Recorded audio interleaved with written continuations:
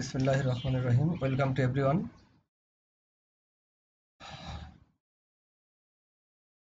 আমরা আজকে যে টপিকসটা পড়বো, factors causing distortions of accounting profit vis a vis financial statement.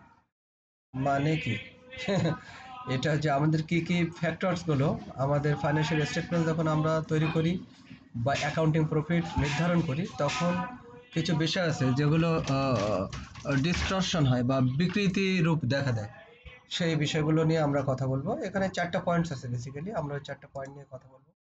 Very simple একটা ডিসকাশন হবে, আশা করি সবাই বুঝতে পারবেন। 4 ফ্যাক্টরস আছে এখানে, এই ফ্যাক্টরস বলছে 4টা ফ্যাক্টরস।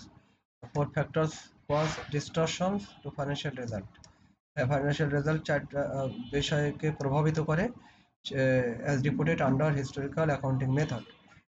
এখানে এখানে বলছে এগুলো সব হিস্টোরিক্যাল কস্ট মেথডে রেকর্ড করা, এই টাইপের। আচ্ছা, তা এখন একটা হলো cost of goods sold. Cost of goods sold historical cost মেথডে রেকর্ড করা, ইয়েস।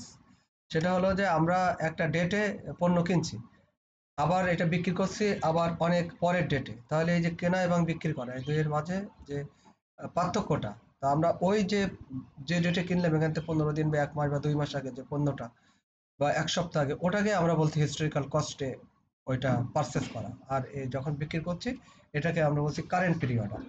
এই বিষয়টা এখানে বলা হয়েছে এবং এই বিষয়ের ফলে এটা আনইভেন কম্পারিজন হয় আর কি, of cost with revenue result of over statement of profits. প্রফিটটা ওভার স্টেটমেন্ট যদি হয়ে যায় তখন এটার একটা আনইভেন কম্পারিজন হয়, মানে অসমান একটা মানে তুলনা হয়ে যায় কস্ট এবং রেভিনিউর মধ্যে।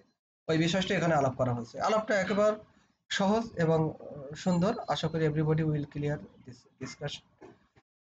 সেটা হলো it is a common business phenomena, যে আমরা কস্ট অফ গুডস সোল্ড আমাদের লাগবে বা আমরা পণ্য কিনবে, এটা হচ্ছে কমন বিজনেস ফেনোমিনা। সেটা বলছে যে that goods are purchase on date period to the date of their sales, মানে আমরা যে ডেটে বিক্রি করব তার আগের ডেটে অবশ্যই পণ্য কিনতে হবে, তার পূর্ববর্তী সময়ে পণ্য কিনতে হবে, এটাই হলো normal phenomena. As such a sale, এইরকম পরিস্থিতিতে revenue that mostly appears at current money value, তো এটা দেখানো হয় is compared with cost mostly in the form of cost of goods sold appearing the historical cost। এটা আমরা historical cost এবং current যে কস্টের ভিতরে আমরা এটা কম্পেয়ার করার চেষ্টা করি, এটাই বোঝানো হয়েছে।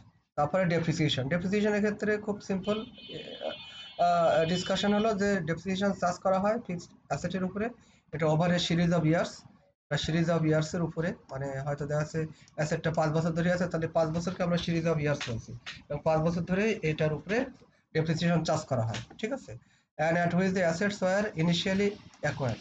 আচ্ছা, এখন যখন অ্যাসেটটা সংগ্রহ করা হয় ওটাকে আমরা বলছি হিস্ট্রিক্যাল কস্ট, যে এটা আমরা অ্যাকোয়ার করছি, এই আর কি। এখন এটা যখন ক্যালকুলেট করা হয় আন্ডার দ্য হিস্ট্রিক্যাল কস্ট মেথডে এবং ডেপ্রিসিয়েশন চার্জ করা হয়, এটি ইনকাম স্টেটমেন্টে দেখানো হয়, এই আর কি। তারপরে এই যে cost of asset consume as well as become insufficient of replacement cost. এখন আমরা যে পরিমাণ ডেপ্রিসিয়েশন হয়েছে রিপ্লেসমেন্ট কস্ট সেটা থাকে না, যে আমার একটা কম্পিউটার আমি 5 বছর ধরে চালাচ্ছি, ডেপ্রিসিয়েশনও চার্জ করছি, বাট আফটার 5 ইয়ার্স এসে দেখলাম যে এই ডেপ্রিসিয়েশনটা যেটা চার্জ করে রেখেছি সেটা কিন্তু একটা খরচ, এটা একটা ভার্চুয়াল একটা খরচ দেখানো হয়, এটা কিন্তু অ্যাকচুয়ালি টাকাটা আলাদা করে রাখা হয় না। সো আমরা যখন এই জিনিসটা কিনতে যাব তখন আমরা বলছি ইনসাফিসিয়েন্ট অফ ফান্ড। হ্যাঁ, এটার জন্য হয়তো আমরা বলছি যে প্রফিটটা বেশি আছে ওখান থেকে আমরা কিনবো, কিন্তু অনেক সময় ওই রকম প্রফিটটা বেশি থাকলেও ওটা খরচ হয়ে যায় ওই বছরের মধ্যে আবার। তার মানে আমরা যদি আলাদা করে আবার রাখারও কোনো আমরা প্রভিশন আমরা দেখি না। সো এই বিষয়টা একটা চিন্তার বিষয়। তো এই জন্য এই ক্ষেত্রে আমাদের under statement of depreciation result হয়ে যায়, in the over statement of profit হয়ে যায়।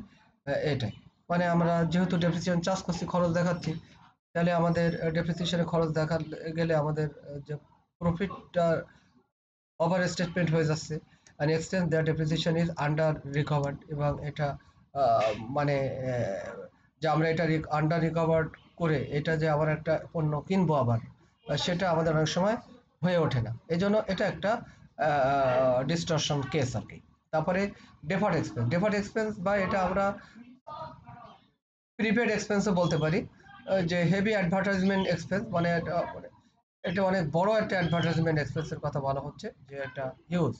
এখন দেখা যাচ্ছে সাপোজ আকিস গ্রুপ প্রথম আলোকে বা নয় দিগন্ত পেপারকে তারা একটা টাকা দিয়ে রাখছে যে 1 কোটি টাকা, যে আমরা 1 বছর ধরে এই বিজ্ঞাপনটা আপনারা দিয়ে দেবেন আপনাদের পেপারে। এটাকেই deferred expense বলা হচ্ছে, যে primarily expenses and alike are often deferred to written off in the future years। এটা ফিউচার ইয়ার্সে এটা ডেফার্ড করা হয়। তা এই ক্ষেত্রে আমাদের একটা প্রবলেম দেখা দেয় এটা। তারপরে purchasing power gains and loss, এখানে একটা পাওয়ার গেইনস অ্যান্ড লসের একটা বিষয় আছে, এটা ইনফ্লেশন ডিফ্লেশনের বিষয় আছে। এই মোটামুটি আমাদের তথ্য। Thanks for watching this lecture.